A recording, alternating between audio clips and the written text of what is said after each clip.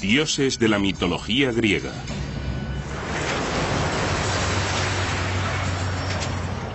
Atenas, Grecia.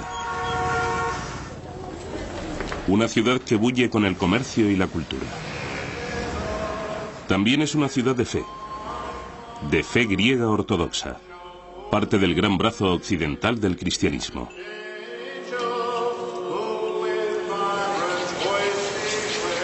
Pero aquí hubo otro mundo, del cual solo quedan fascinantes fragmentos.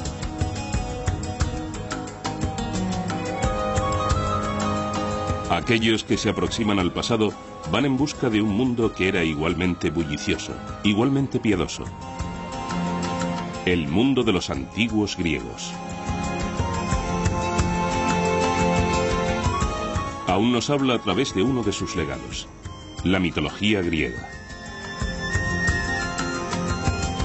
Estaba poblada de muchos dioses y diosas, cada uno con determinados poderes en el mundo y con una historia particular. Durante decenas de miles de años antes de los tiempos bíblicos, los relatos de los dioses y sus actividades fueron transmitidos por los narradores. Es sumamente difícil, pero intentamos imaginar cómo eran aquellos tiempos. Si hago memoria, creo que mis historias favoritas sobre los dioses, las que más me hicieron pensar y más me impresionaron, fueron la de cómo Atenea nació de un dolor de cabeza de Zeus, la de Apolo, que fue un joven alocado, y luego se convirtió en el dios del orden, de la música y el arte, y la de Poseidón, que era el protector de nuestra capital, y además estaba a favor de la paz. Presidiendo a todos estaba Zeus, dios del cielo, dios del trueno. Zeus es un dios del cielo, y te encuentras en los dominios de Zeus cuando estás en plena naturaleza. Zeus ejercía algo de control sobre si tenías o no un buen día o una buena o mala vida.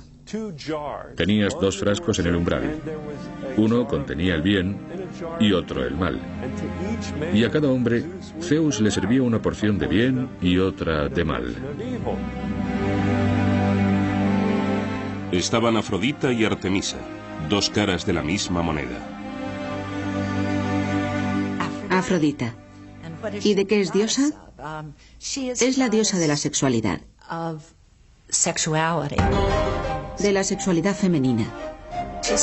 Es la diosa de la belleza. Está relacionada con muchos temas de la fertilidad. En el otro extremo tenemos a Artemisa, que es una virgen muy casta. Y Apolo, quien, como todos los dioses y diosas de la antigua Grecia, tenía más de un poder. Él es el organizador, el civilizador. Es el quien lleva carreteras donde nunca las había habido. Es el quien cura, pero quien también puede traer las plagas. Esto es algo que ocurre con muchos dioses griegos. Si pueden provocar algo, también pueden detenerlo. Era un dios, como se ha expresado con brillantez. Un dios distante y, por lo tanto, trataba con la gente no cara a cara y cuerpo a cuerpo. Se le daba mejor disparar su arco y matar a la gente desde muy lejos. Por consiguiente, sus amores también era mejor mantenerlos a distancia. Estos dioses y diosas evolucionaron conforme los antiguos griegos intentaban encontrar sentido, y tal vez fue en un mundo que con frecuencia suponía un desafío. Sus historias fueron adornadas y alteradas con el tiempo a medida que distintas civilizaciones entraron en contacto con la antigua Grecia. Grecia ha estado habitada desde aproximadamente el año 700 a.C. Y hubo invasiones de pueblos de Oriente Medio y del norte. Y cada invasión no condujo a que hubiera otro grupo de divinidades, sino a más estratos de divinidades añadidos a las ya existentes. De modo que los dioses griegos son una amalgama de múltiples culturas, sobre todo de culturas de Oriente Medio. Los dioses griegos tenían tal diversidad que no se parecen a ninguno de los muchos otros dioses de la cuenca del Mediterráneo, porque incorporaron elementos de los muchos pueblos que les rodeaban y no se corresponden claramente con los de sus religiones, digamos de la celta o la italiana. Estos relatos se transmitieron oralmente, pero en algún momento, en torno al año 750 a.C., fueron recopilados, organizados y escritos. Aunque los estudiosos discuten si uno o varios autores participaron en ese esfuerzo, la opinión generalizada es que fue obra de uno, Homero. Que sepamos, la auténtica cristalización de la mitología griega tuvo lugar hacia los tiempos de Homero, en el año 750 a.C. Y con Homero encontramos la creación de la mitología griega y la de los dioses. Homero le dio sus dioses a los griegos. Él les dio, de hecho, lo más parecido a una Biblia que tuvieron los griegos. En el principio, nos dice Homero, estaba Océano, un espíritu con forma de un gran río circular e interminable que desembocaba en sí mismo. También había otra presencia, Tetis, a veces llamada la primera madre. Cuando finalmente se unieron, iniciaron la estirpe que con el tiempo produjo los dioses y diosas de los antiguos griegos.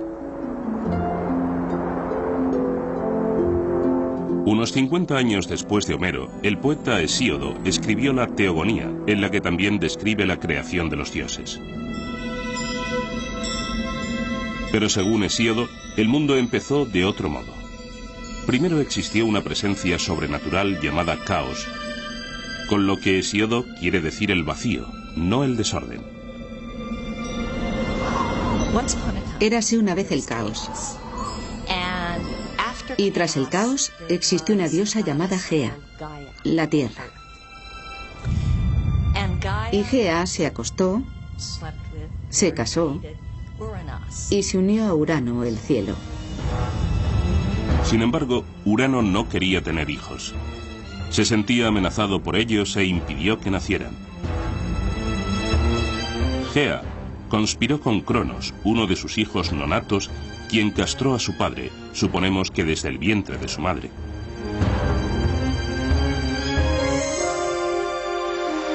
Los genitales amputados de Urano cayeron al mar, del cual surgió una sorprendente entidad, Afrodita, diosa del amor. Estos relatos componen lo que se conoce como mitología griega, que se deriva de la palabra griega mitos. Da a entender algo falso. Pero para los antiguos griegos, estos relatos eran una cuestión de fe. Les ayudaron a explicar cómo y por qué el mundo funciona de la forma que lo hace. Curiosamente, el amor y la guerra, o la violencia y el sexo, están profundamente ligados en la mitología griega. No solo en esta, sino en diversas mitologías. ¿Por qué están conectadas estas dos cosas? Creo que los pueblos antiguos, y sin duda los griegos, creían que los sentimientos profundamente apasionados estaban conectados de alguna manera a la mente y las emociones humanas.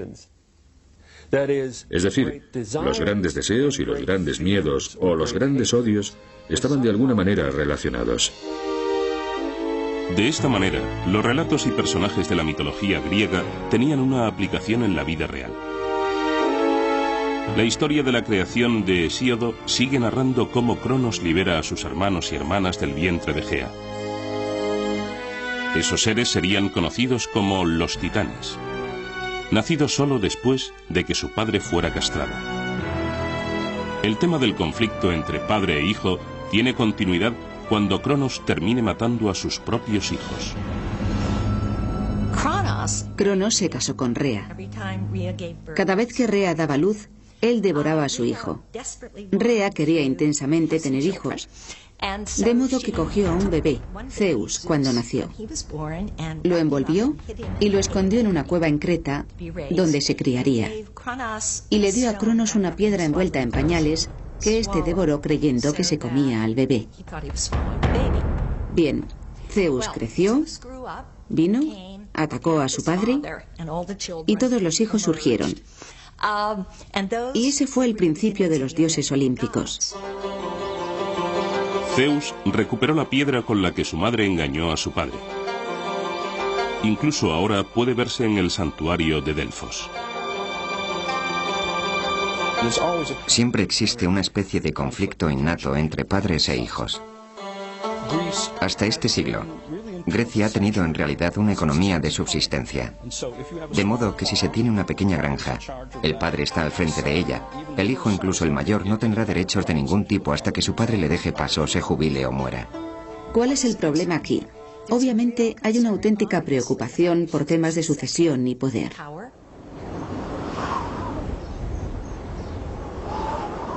Una vez que Zeus salva a sus hermanos y hermanas de su padre, toman el monte Olimpo.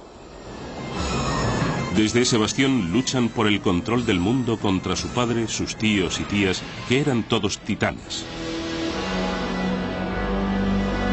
Finalmente, los dioses y diosas del Olimpo se impusieron.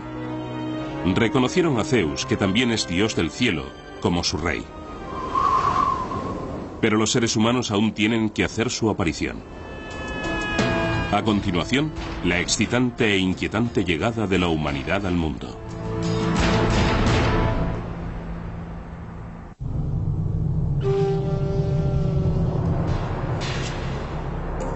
La narración de la creación en la mitología griega continúa en el relato de Hesíodo.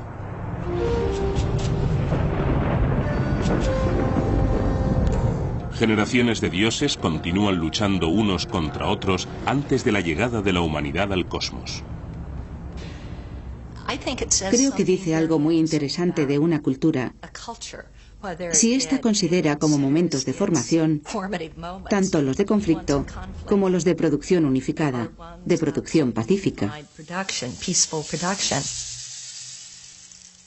Cada vez que estudio o enseño un curso que trata de la mitología griega, no deja de abrumarme lo persistentes que son esos conflictos. Tras triunfar sobre los titanes, el gran dios Zeus se casa con Metis, una titán, y por lo tanto, su tía. Con el tiempo, tienen una hija que nace totalmente desarrollada y armada de su cabeza. Es Atenea, la diosa de los guerreros. Otros dioses y diosas se incorporan al mundo, cada uno con diferentes funciones. Todos tienen, no obstante, algo en común. Un atributo que los distingue de prácticamente todas las demás divinidades del mundo antiguo. Su imagen es humana. Si pensamos en la religión egipcia, con sus dioses que poseen cabezas de animales o cuerpos de diversos animales, o en las religiones acadias, mesopotámicas o hititas, en la que vemos a divinidades asociadas con leones y otros animales feroces. La decisión de los griegos de representar de alguna manera a sus dioses como griegos es una auténtica innovación. No estamos del todo seguros de dónde procede. Cuando pensamos en la divinidad, hablamos de lo desconocido. Y solo se puede hablar de lo desconocido en términos de lo desconocido. En la Biblia hebrea, en el Génesis, dice que Dios bajó a la tierra y anduvo en el jardín del Edén por la tarde cuando hacía fresco. Es casi imposible hablar de divinidades sin hacer algo así. Xenófanes dijo que si los caballos pudieran dibujar, dibujarían sus dioses como caballos.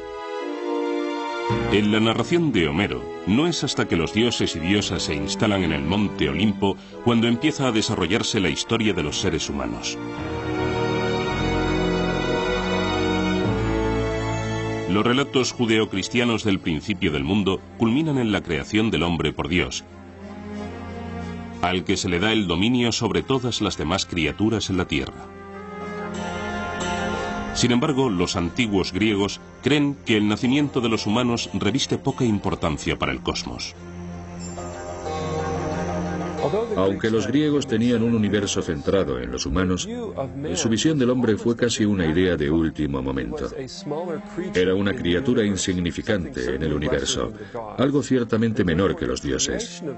Luego, la creación de los humanos tenía que ocupar un segundo o tercer lugar en el mundo griego del cosmos y las deidades olímpicas. ¿Por qué se le dio a la creación del hombre un papel tan pequeño en la creación del universo? Podría deberse a que los griegos dieron por sentado que los humanos siempre habían existido, que los seres humanos eran en efecto tan importantes que nunca hubo una etapa en la que no existieran. Esto no deja de ser aún un misterio. Me gusta pensar que el mito griego refleja una cierta comprensión del lugar de los humanos en el mundo, que no son el centro de las cosas, que hay toda una profusión de cosas en el mundo creado en las que los humanos tienen que encajar. Esto supone un gran contraste con un buen número de culturas y sistemas de creencias. Igual que con el inicio de los dioses, la mitología griega contiene distintos relatos de la creación del hombre. En ninguno de ellos los inicios de la humanidad son prometedores. Vivíamos como hormigas en el suelo y no sabíamos leer ni conocíamos las estaciones del año, ni el clima, ni podíamos pensar ni oír. No éramos más que gusanos despreciables. En la versión de Homero de la creación de los humanos, el dios Prometeo crea al primer hombre de barro y le infunde vida. En el relato de Hesíodo, Zeus crea razas sucesivas de hombres, de oro, plata, bronce y hierro. Parece que cada raza simbolizaba distintos aspectos de la condición humana. La primera raza de hombres está hecha de oro. Su vida es fácil, sus cosechas son abundantes. Literalmente festejaban con los dioses. En el principio hubo una edad de oro, y la gente vivía en la tierra, y sus cultivos crecían por sí solos, y todo el mundo era bueno y justo. Toda esa gente simplemente desapareció al cabo de un tiempo. La raza de oro parece haber vivido una historia perfecta, por lo visto, en un paraíso. Y sin embargo, esta raza desaparece sin explicación. En el relato bíblico del paraíso, las penurias de la vida se ven como resultado de la caída en desgracia de Adán y Eva en el jardín del Edén. Para la desaparición de la raza de oro de la mitología griega no hay tal explicación. El motivo de su destino sigue siendo un misterio. El sistema griego en el que los humanos y su creación no son tema de preocupación difiere mucho de lo que se encuentra en el Génesis, donde tenemos toda esa atención en la creación del primer hombre. Claro está, en el Génesis está relacionada con lo que sigue, con qué pasó después de que la primera pareja desobedeciera a Dios. En los mitos griegos, desobedecer a los dioses no es un problema tan grande como en el Génesis. Entonces, ¿por qué Hesíodo no tiene una respuesta? ¿O por qué no nos da una respuesta a por qué la raza de oro desapareció? Teniendo el mito judeocristiano de la expulsión del jardín del Edén, porque evidentemente eso fue culpa de Adán y Eva. Lo que esto significa es que no hay una buena explicación a por qué el mundo es tan difícil ahora, a por qué los humanos tienen tantos problemas. Cuando la raza de oro se extingue, Zeus crea a los hombres de plata. Pero esa raza no es muy evolucionada. Los hombres de la Edad de Plata fueron bebés mucho tiempo y luego tuvieron un corto periodo de madurez para después sufrir una vejez espantosa y desaparecer bajo tierra. Eran más arrogantes y no adoraban a sus dioses lo suficiente. A continuación llegaron los hombres de bronce, que se exterminaron a sí mismos en constantes guerras. Finalmente apareció la raza de hombres que viven hoy día. De ellos se dice que son hombres de hierro. Así que, en esencia, la historia de la degeneración se ha trasladado a la era actual, donde muestra un equilibrio entre las diversas visiones de las cosas importantes de la vida para los griegos. A saber, su actitud hacia los dioses y hacia la guerra y hacia luchar por su ciudad-estado y sobre cómo congeniar o no los unos con los otros. Curiosamente, todas estas historias explican la creación de solo la mitad de la raza humana, el hombre. La mujer es creada como una desgracia, un castigo, y todo por un engaño. La primera mujer fue enviada a la tierra como un castigo a la humanidad. Esto suena increíblemente misógino, y fue una historia inconcebiblemente misógina por parte de Hesíodo, que la contó en el año 700 a.C. Pero cuenta la historia que uno de los dioses, Prometeo, intentó engañar al amo y señor de todo el cosmos, Zeus. Prometeo es el dios embaucador. Es un dios listo. Prometeo significa previsión. Mató a una oveja y cogió al animal y toda su estupenda y sabrosa carne y la metió en su repugnante vientre. Y cogió todos los huesos pelados y los envolvió en hermosa, blanca y reluciente grasa, que, claro está, es lo que arde en el sacrificio. Y le presentó los 2 paquetes a Zeus y le dijo: elige. Zeus sabe que Prometeo le está engañando, que representa a la humanidad. Como represalia, Zeus castiga a los hombres quitándoles el fuego. A su vez, Prometeo roba el fuego y se lo devuelve a la humanidad.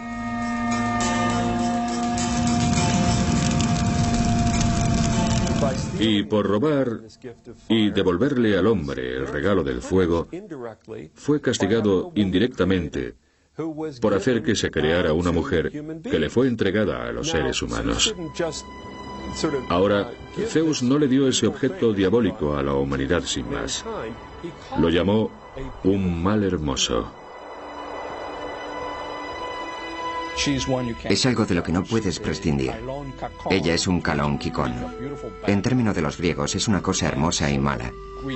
Así que el mito griego, la poesía griega, gusta de expresarlo en ambos sentidos. Las mujeres son hermosas. Las mujeres son algo irresistible.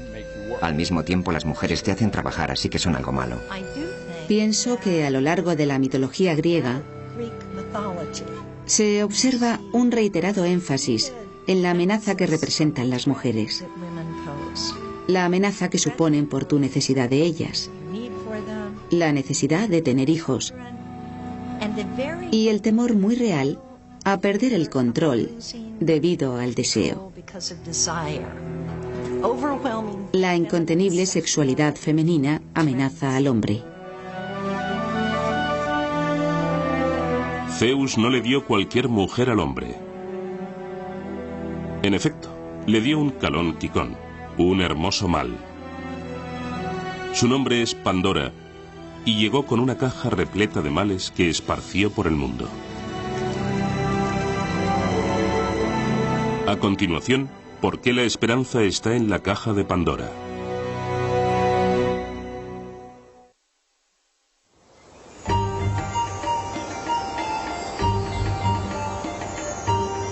La primera mujer en la mitología griega es Pandora, y su historia recuerda la de Eva y el fruto prohibido en el jardín del Edén. Se le entrega una caja y se le dice que no la abra, pero Pandora lo hace. Y todos los males del mundo son liberados. La enfermedad, el dolor, el sufrimiento, las plagas. Demasiado tarde cierra la caja dejando solo una cosa, la esperanza. ¿Pero qué hace la esperanza en la caja llena de males de Pandora? La esperanza está ahí como un mal, lo cual creo que es fascinante. La esperanza es un mal, porque te permite actuar con la sensación de que puedes controlar el futuro. Y en Hesíodo eso es muy peligroso. No puedes controlar el futuro, y hacerlo es obrar engañado. ¿Es la esperanza algo bueno o malo? A los griegos les gustaban este tipo de dilemas porque la esperanza puede ser buena o puede ser mala. De modo que fue dejada con ambigüedad en la caja para que los humanos la usaran o la evitaran. Pandora es quizá el más importante, pero sin duda no el único ejemplo de mujeres que son el origen del mal en la mitología griega. Algunos estudiosos encuentran un significado más profundo a este menosprecio a las mujeres y señalan a Afrodita, la diosa del amor. Si miramos a los mitos de Afrodita, que es lo más hermoso y sexualmente deseable que pueda haber, los hombres la temen. Vio a un hombre, un ser humano, Anquises, en una colina a las afueras de Troya y quiere acostarse con él. Se le aproxima y él le dice: eres demasiado hermosa para ser humana. Tienes que ser una diosa y no quiero acostarme contigo. Y ella le responde: no, solo soy una doncella de los alrededores. De modo que se acuestan y cuando él despierta, ella haya adoptado su personalidad de diosa y él se aterra. Le aterra que vaya a ser castrado, que vaya a perder toda su fuerza. En contraste, los antiguos griegos creían que Atenea, una diosa sin papel sexual, era una gran fuerza del bien. Atenea es la protectora. Atenea es la divinidad guerrera que encabeza la guerra de defensa justa. Ella es la diosa de la ciudad y, en muchos sentidos, la divinidad más importante que tienen los atenienses. Y eso puede ser válido para muchas otras ciudades donde existe una acrópolis con un templo de Atenea en la cima.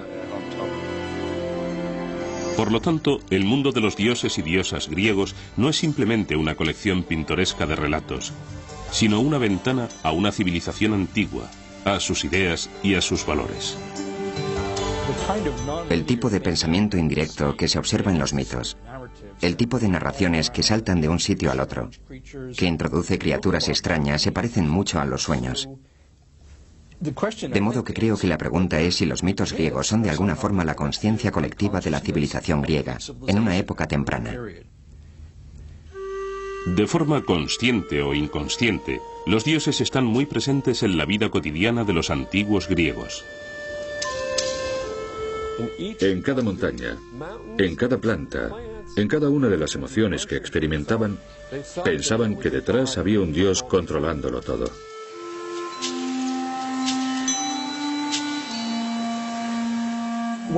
Una de las cosas atractivas y singulares de la religión griega, desde el principio, es su receptividad al entorno. Por ejemplo, hay ninfas que viven en lugares húmedos, ninfas de los árboles. Hay un reconocimiento de que los ríos son una especie de fuerza religiosa. De esta forma, la religión griega tiene una cierta relación con la ecología moderna. Un reconocimiento de que hay lugares concretos que tienen un valor. Una especie de cualidad divina, una cualidad sagrada. Los griegos tenían términos concretos para sagrado. De hecho, tenían varios términos para sagrado. Uno de ellos es Iros. Iros significa que pertenece a los dioses. En realidad, la palabra griega para religión es Tagira, las cosas sagradas.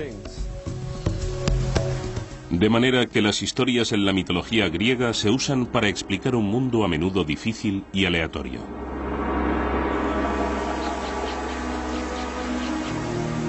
El invierno nace cuando Perséfone, la hija de la diosa Deméter, es raptada por el dios Hades y llevada al infierno para ser su esposa.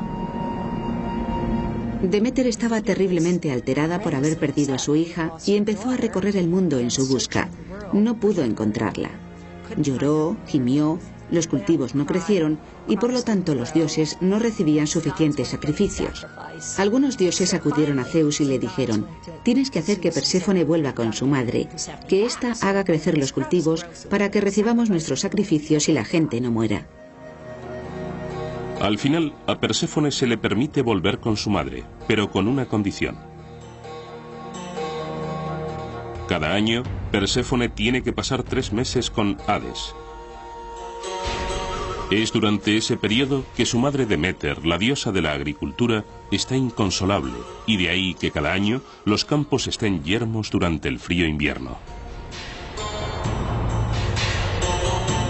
De ese modo, las grandes penurias de la vida eran explicadas. Las dificultades personales, sin embargo, a menudo se explicaban como producto de alguna ofensa a los dioses.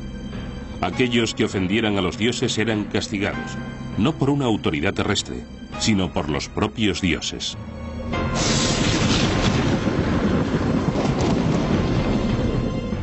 Hay en efecto una palabra griega, desidinomia, que significa temor a los dioses o respeto a los dioses.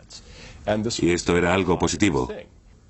La vida se consideraba algo bastante precario y era preciso hacer todo lo posible para poner a los poderes que existieran de tu parte para mantenerte a salvo. Muchos vivían apenas a una sequía de distancia del hambre. Y no se puede jugar con un mundo así. Una de las cosas que me encantan de los mitos griegos es que nunca dejan salir a nadie del atolladero. Nunca dicen que tal cosa pasó porque los dioses hicieron que pasara. Es culpa nuestra si no somos capaces de entender el porqué. Es en cierto modo un mundo difícil en el que vivir. En un mundo difícil, la gente con frecuencia busca un héroe. Alguien que les traiga la liberación de una vida aparentemente llena de adversidades. Hay quienes piensan que un niño nacido de un dios griego y una mujer mortal prefigura la aparición de Cristo. ¿Estaba esto destinado a pasar? A continuación, dos de las mayores figuras de la mitología griega y cómo esclarecieron la idea de los antiguos griegos del destino contra el libre albedrío.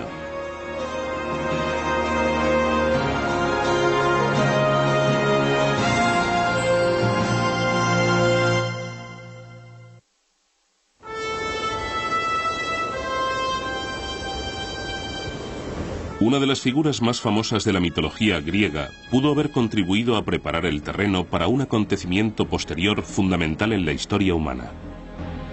Heracles, más conocido como Hércules, nace porque el gran dios Zeus deseó a una hermosa mujer mortal. Ella, sin embargo, es una esposa fiel.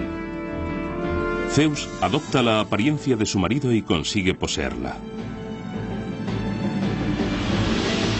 El ultraje es aún más grave porque el propio Zeus está casado con una de sus hermanas, Hera. La idea de que los dioses no siempre son éticos, no siempre son honestos, es una que tiene sentido cuando piensas en ello. Y los griegos parecieron sentirse a gusto con ella durante muchos siglos. Tiene sentido porque si los dioses son humanos, pero de algún modo mejores, más fuertes, más poderosos, inmortales, nunca tienen que atenerse a las consecuencias de aquello que hagan. Mientras que los humanos, sí. El peso de obrar éticamente, de pensar en las consecuencias, recae en los humanos, no en los dioses. Hera no puede descargar su ira contra Zeus. En un acto característico de un dios griego, elige como blanco de su rencor al niño nacido de la infidelidad de su marido. Heracles tal vez sea el héroe griego más famoso, una figura especialmente importante en la mitología griega. Incluso en su infancia, Heracles está dotado de una fuerza extraordinaria. Hera manda mortíferas serpientes a su cuna y Heracles las estrangula a las dos. Muchos de los héroes griegos tenían de hecho un padre divino y otro mortal. Por lo general, un héroe era un hombre de una fuerza superior a la normal que estaba de alguna manera señalado para tener una vida de logros, pero también de enormes dificultades. Les costaba mucho integrarse en la sociedad, precisamente por sus grandes capacidades. La vengativa Hera continúa persiguiendo al hijo ilegítimo de su marido a lo largo de su vida, llevándolo a tener ataques periódicos de ira o de locura. Profundamente contrito por los asesinatos y otros delitos que comete durante esos ataques, Heracles emprende trabajos de arrepentimiento, a menudo matando a tiranos y monstruos.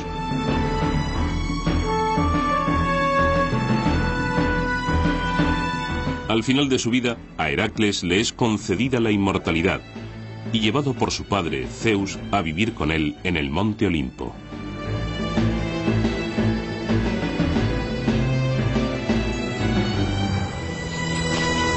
Así, la historia de Heracles pudo haberle preparado el terreno al apóstol Pablo, quien siglos más tarde les llevó a los griegos noticias de una nueva fe.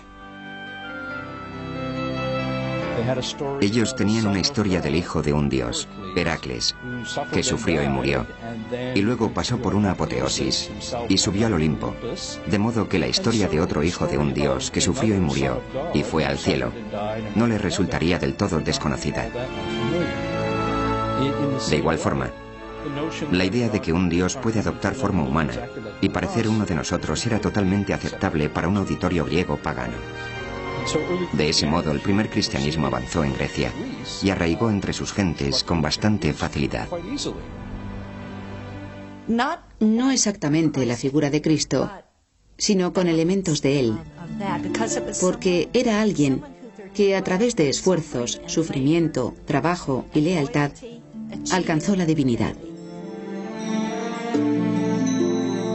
Aunque Heracles es excepcional, solo es uno de los muchos héroes que anduvieron entre los mortales. Están Aquiles y Ulises, grandes guerreros de la guerra de Troya. Y Teseo, cuyas hazañas incluyen matar al temible Minotauro, la criatura que se daba festines con la carne de jóvenes griegos. Pero los héroes no tenían que ser hijos de los dioses. Tampoco eran heroicos en los términos actuales, exponerse a graves peligros por los demás.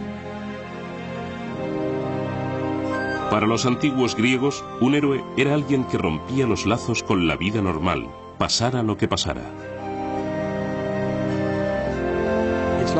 No es necesario que un héroe descienda de un dios o una diosa. Ni siquiera es necesario que un héroe haga algo bueno en la vida. De modo que una hazaña es más hacer algo extraordinario y ser reconocido por ello. Ahora bien, ese hecho extraordinario, realizado por un héroe, podía ser matar a un grupo de enemigos, o matar a gente en su propia comunidad de una forma tan extraña que hubiera que consultar a los dioses. Así que los héroes son individuos raros y peligrosos. Extraordinarios, pero no forzosamente extraordinariamente buenos. Los héroes son en realidad proyecciones de lo que supone ser humano en gran escala. Ellos concentran tanto el gran potencial de los seres humanos en su mejor momento como la vulnerabilidad de los humanos.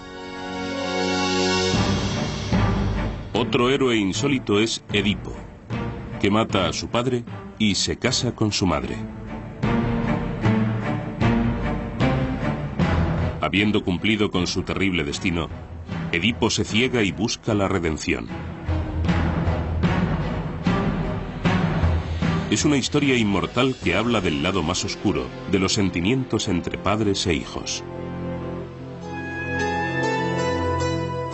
Creo que indudablemente había un hilo conductor en la cultura griega y en su mitología que estaba interesado en el conflicto entre padres e hijos.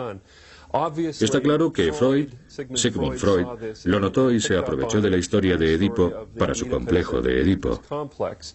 Y también creo que había un hilo conductor en el conflicto generacional al que los griegos temían, pero que al mismo tiempo admitían como auténtico. La historia de Edipo y sus padres plantea otra pregunta eterna.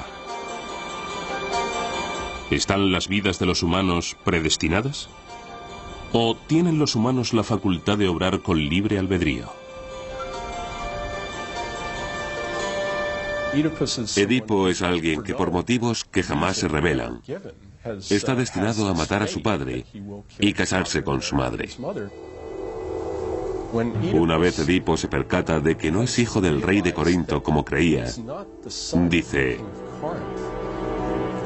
me considero el hijo de Eleazar. Y con Azar quiere decir algo muy aleatorio. No existe un plan. Al final de la obra resulta que todo cuanto ha hecho se ha ajustado a un plan. Y si él es el hijo del azar, es el azar en el sentido de que está íntimamente ligado al destino. Él, Edipo, el hombre, tomó decisiones. Cuando se enteró de que iba a matar a su padre y casarse con su madre, huyó de su casa sin saber que era adoptado. Y claro está, encuentra a su padre en el camino y lo mata. Y luego llega a la ciudad y se casa con su madre. Él elige irse de su casa. Hizo algo terrible, pero no con el ánimo de hacer algo malo. Y el destino no le hizo hacerlo.